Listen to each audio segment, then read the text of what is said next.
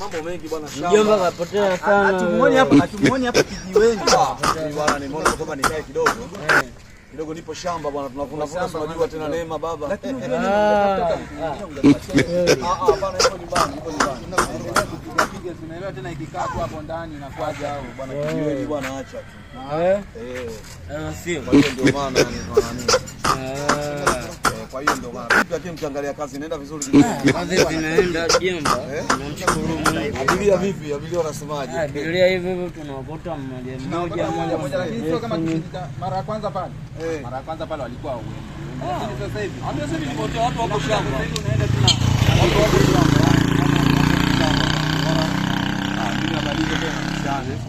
Sasa unatulia kidogo.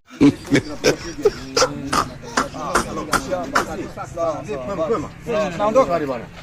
Unaondoka gani? Hebu nikimbize pale nitapanda mara moja. Ndio.